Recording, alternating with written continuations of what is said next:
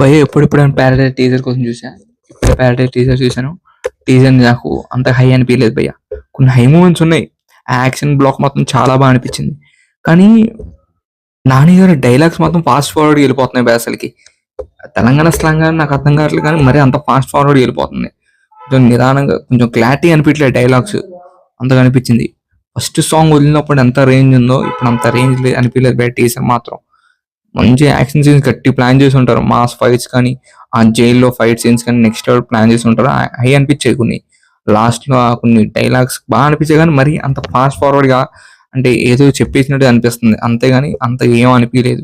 Teaser మరి అంత లేదు. కలర్ గ్రేడింగ్, ఆ విజువల్స్ మాత్రం గ్రాండ్ చాలా బాగా అనిపించింది.